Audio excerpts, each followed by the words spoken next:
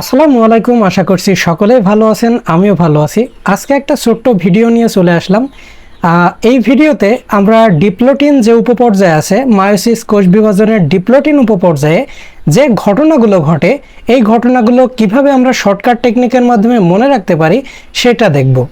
তো চলুন আজকের ভিডিওটি শুরু করি। এবং ভিডিও শুরু করার আগে আপনার কাছে একটি রিকোয়েস্ট, আপনি যদি আমার চ্যানেলে নতুন হয়ে থাকেন তাহলে অবশ্যই সাবস্ক্রাইব করে পাশের বেল আইকনটি অন করে দিবেন। তো ডিপ্লোটিন উপপর্যায়ে যে ঘটনাগুলো ঘটে, এই ঘটনাগুলো মনে রাখার জন্য আমাদেরকে টেকনিক হিসেবে একটা বাক্য মনে রাখতে হবে।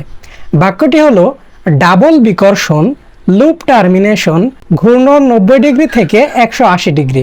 ওকে, তো তিনটা ওয়ার্ড আমাদের মনে রাখতে হবে। একটা হচ্ছে ডাবল বিকর্ষণ, লুপ টার্মিনেশন আর ঘূর্ণন 90 ডিগ্রি থেকে 180 ডিগ্রি। তো কষ্ট করে এই তিনটা শব্দ বা ওয়ার্ড যদি আপনারা মনে রাখেন তাহলে কিন্তু আপনারা ডিপ্লোটিন উপপর্যায়ে যে ঘটনাগুলো ঘটে সেগুলো খুব সহজে মনে রাখতে পারবেন। এবং যদি সৃজনশীলে আসে তাহলে জাস্ট এই টেকনিক থেকেই আপনি লিখে দিতে পারবেন। তো চলুন দেখা যাক যে এই টেকনিক থেকে কিভাবে আমরা ঘটনাগুলো মনে রাখি। তো এখানে ডাবল থেকে আমরা কি মনে রাখবো? ডাবল থেকে মনে রাখবো ডিপ্লোটিন, কারণ ডাবল এবং ডিপ্লোটিনের উচ্চারণ কিন্তু প্রায় একই রকম। ড থেকে ডাবল, ড থেকে ডিপ্লোটিন। তো ডাবল থেকে আমরা মনে রাখবো যে এই টেকনিকটা হচ্ছে ডিপ্লোটিন উপপর্যায়ে যে ঘটনাগুলো ঘটে এই ঘটনাগুলো মনে রাখার টেকনিক। ওকে, তো এখন ডাবল বিকর্ষণ থেকে ডিপ্লোটিন, এরপরে ডাবল বিকর্ষণ।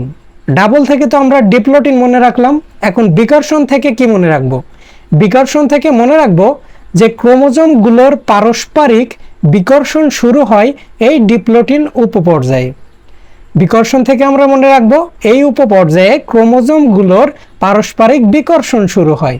ওকে, তো প্রথমে বিকর্ষণ শুরু হয়, এরপরে কি হয়, এরপরে যে ঘটনা ঘটে সেটা মনে রাখার জন্য আমরা লুপ টার্মিনেশন মনে রাখবো।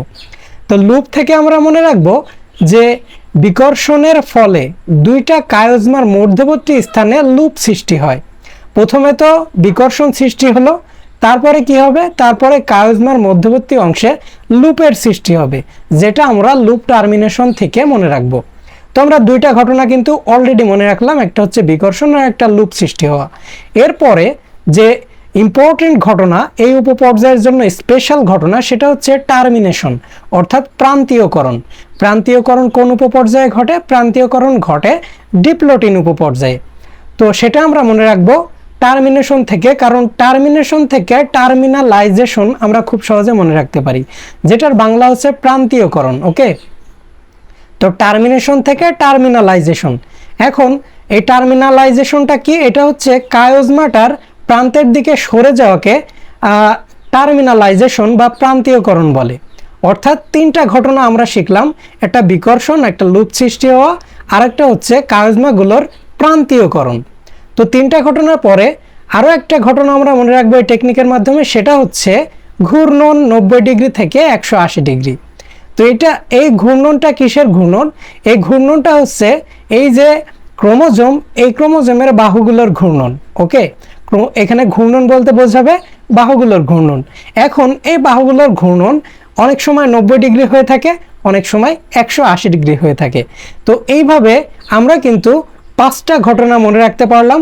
একটা হচ্ছে পারস্পরিক বিকর্ষণ সৃষ্টি হওয়া, একটা হচ্ছে লুপ সৃষ্টি হওয়া, একটা হচ্ছে প্রান্তীয়করণ হওয়া, একটা হচ্ছে বাহুগুলোর ঘূর্ণন, আর একটা হচ্ছে এই ঘূর্ণন 90 ডিগ্রিও হয়, আবার 180 ডিগ্রিও কখনো হতে পারে। তো এটাই ছিল মূলত আজকের টেকনিক। আজকের টেকনিকের মাধ্যমে আমরা ডিপ্লোটিন উপপর্যায়ে যে ঘটনাগুলো ঘটে সেগুলো খুব সহজে মনে রাখতে পারবো ইনশাআল্লাহ। তো কেমন লাগলো ভিডিওটি অবশ্যই কমেন্টে জানাবেন। যদি ভালো লাগে অবশ্যই লাইক করে দিবেন, যাতে আমার এই ধরনের ভিডিও তৈরি করার উৎসাহ বাড়ে। তো আজকের মতো এখানেই বিদায় নিচ্ছি, দেখা হবে পরবর্তী ভিডিওতে নতুন কোনো টপিক নিয়ে। সে পর্যন্ত সকলে ভালো থাকবেন, সুস্থ থাকবেন। ধন্যবাদ।